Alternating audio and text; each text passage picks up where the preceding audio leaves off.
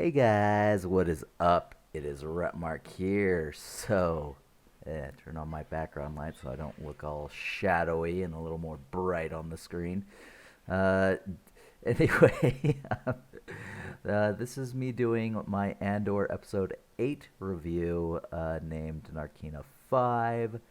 So, once again, I think this was a very good episode.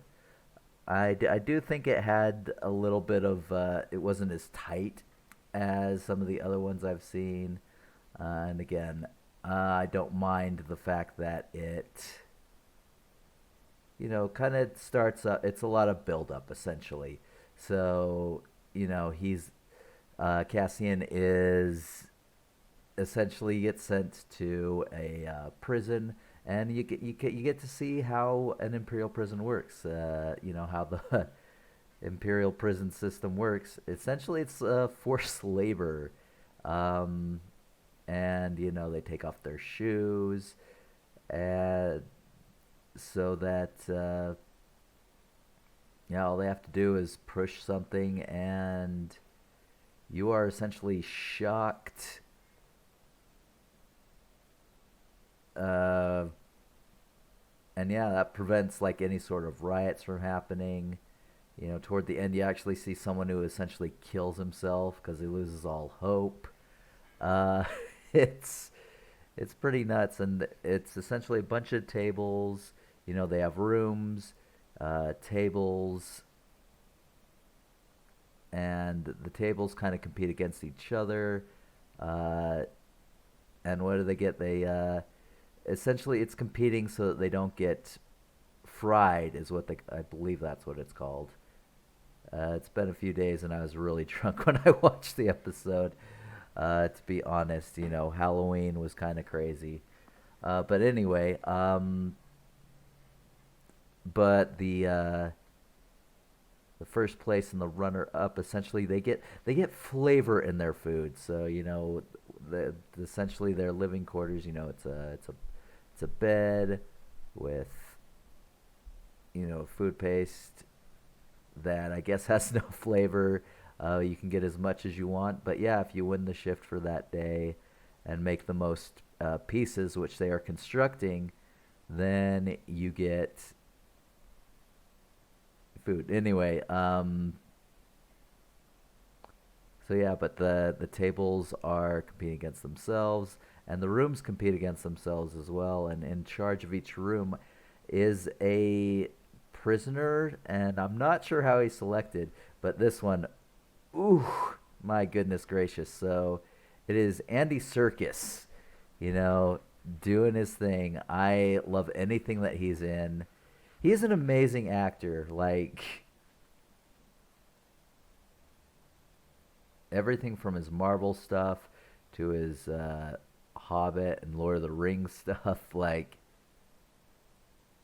I've seen him in a lot of stuff, and it's yeah, he's an amazing actor who I love. But and I'm not exactly sure where he leans. Like I'm not sure if he's bad or good, or if he's if he's just somewhere in between. He's just a guy who his sentence is gonna be up in less than a year, so he just wants to sail through as best he can.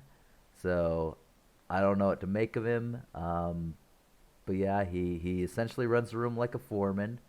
Um, and yeah, the Imperial officers, they don't need weapons.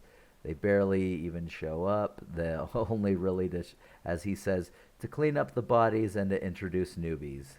That's the only reason they come. So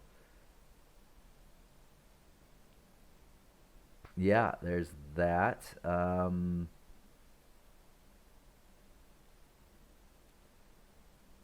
yeah, it's really interesting. I feel like they may have dwelled on it a little long, um, but you got to meet some of the prisoners as well. Kind of what the stakes are, and I'm guessing that this three. This is the three episodes made by Bo Willimon. So I'm guessing this is going to be a prison break scene. So kind of excited for that. So this is the first in that. Um, and then let's see. There's Vel and Cinta. So the two people from the heist, and they are essentially in charge of killing Cassian. That's like Wikipedia says search for him, but I mean they were literally given instructions. Well, at least Vel was, and so with Cinta, like that they were told to kill him. So anyway, it kind of established their relationship, who they kind of more who they are as person. It did feel a little bit long, like kind of. There should have been something more to them. I guess is sort of what I felt. Like it felt kind of needless to have them in this episode when they could be part of something bigger next episode and still have that. But I mean, I do kind of get it, so I can't really fault them too much for that. So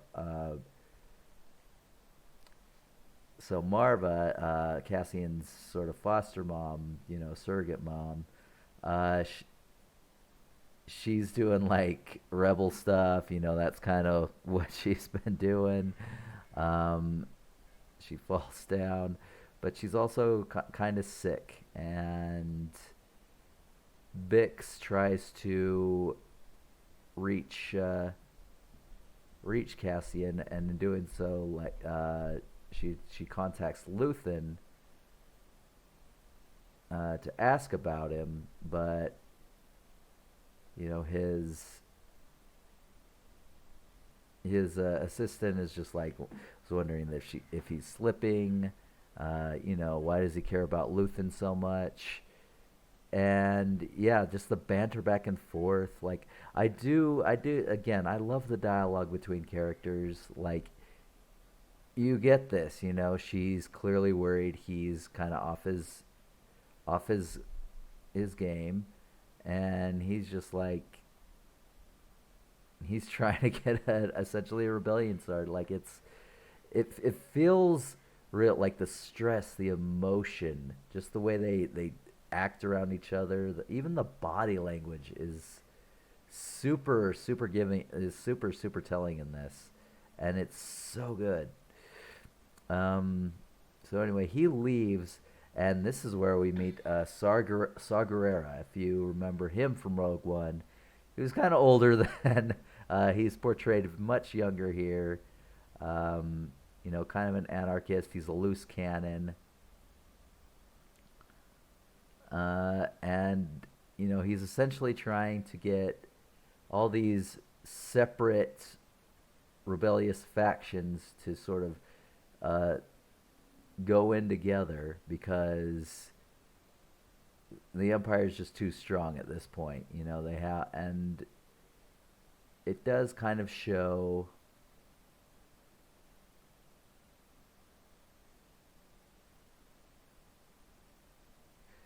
It does kind of show that in terms of the politics.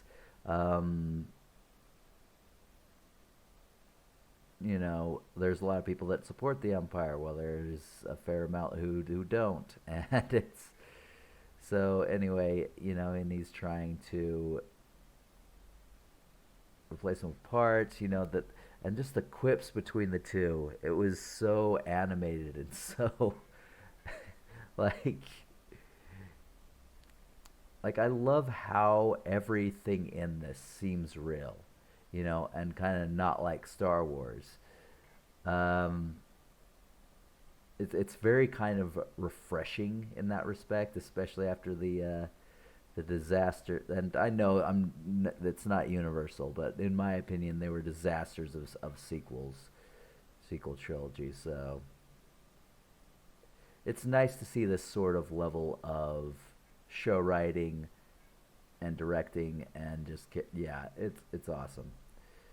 So where else we got? There was one small scene between Mon Mothma and her friend. What is her friend's Kolma?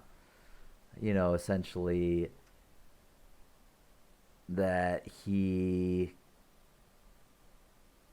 it's getting harder for him to move the money. They're auditing him all the time. And that's about it. Like that one is another one where it's just like this seemed kind of unnecessary. I mean, it is kind of a minor, like something that should be brought up, but it just seems like that was all that it served. So, like I said, I don't mind the extra, but I also like put more to it. I guess is what I'm saying with some of these things. Um, and then finally we end up at, you know, Karn, where it seems like he's starting along that arc that's going to point where he's going to be by the end of the show. And you know, I mean, he's all about order. He's all about trying to clear his name. Uh, Miro finally gives him like he's apparently been putting out inquiries about Ferrix and Cassian, and the Imperials don't realize they actually have him, so that's kind of funny. My guess is they will figure it out, and that's about the time when the prison break will happen, and he'll be out by the time they realize it. Anyway, so he is pulled aside, and he fills in the holes of the report that Belvin made, and then like after giving them some information, he's just like, I was good at my job. With limited resources, I managed to track him down in 2 days. I can help. And she says no. So I'm wondering if this is going to be like a thing like what happened with Miro, where she challenges Belvin, but she has no proof. So he's just like, no, stop it. Come back with proof, and then you can try this again. But then when Belvin challenges her because she's doing unauthorized inquiries, uh, she actually has the proof. And he's just like, all right, the sector's yours now. And I wonder if it's going to be the same thing where he keeps at it, tries to be more under the radar, gets the proof, and then is either invited or to help through either Miro or like her superior. I don't know. But yeah, I just feel like he is going to have like his whole finding his place is going to be in this sort of trilogy arc, and then he'll be deep in it for the last two. So that's what I'm anticipating. We'll see how that goes. And once again, like with the exception of like some things that it just felt like they felt tacked on, like the Mon Mothma and Coma scene, um, the Velen Cinta. It's I can appreciate the extra, but I just wish there was more to it. It feels like they could have tightened up. Like some of these scenes, it felt like they could have been included in episode 9 rather than episode 8 because it just feels kind of bare bones. But I mean, aside from that, I mean, everything that I've been saying about this show still pertains. Like I love the characters, I love the worlds, I love the interactions, the dialogue, the writing. It's just also like great, and it feels again like this is a show that is kind of a slower in pace, and I know I mentioned it before in previous episodes. Like, there are a lot of people who are just like, this is just too slow, and I will give it that. You know, this is not your typical serialized TV show. You know, they're telling their story as they want to tell it, and I think they're doing a great job. But yeah, I don't think it is good for a serialized thing. I mean, that's obviously Disney's like thing right there. Because honestly, it would have been better to do the first three episodes, which they did, and it was great, and people loved it. And then do the next three episodes, and then I don't know what to do with episode seven, but do like 8, 9, and 10, or just release it in the format that makes sense, because some of these episodes, like, you trail on a cliffhanger and you have all this build up and you have to wait 2 weeks for a payoff. It I can get why that would be kind of frustrating, and it is kind of frustrating to me as well. So we'll just have to see how it does. Like, again, I've heard a lot of my friends are going to binge watch this show like when it's all out, and I encourage that. This is a good show, and it sounds like season two is greenlit. Um, we don't know for sure, but honestly,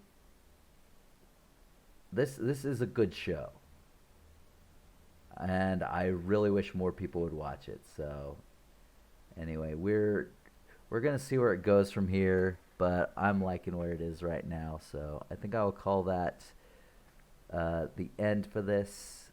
Anyway, I hope you all enjoyed, and I will catch you guys next time. See ya. Hey guys, so I realized that I stopped recording before I'd even given it a score. So anyway, 8 out of 10 is my score for this episode. Sorry about that, guys. Anyway, I'll catch you guys later.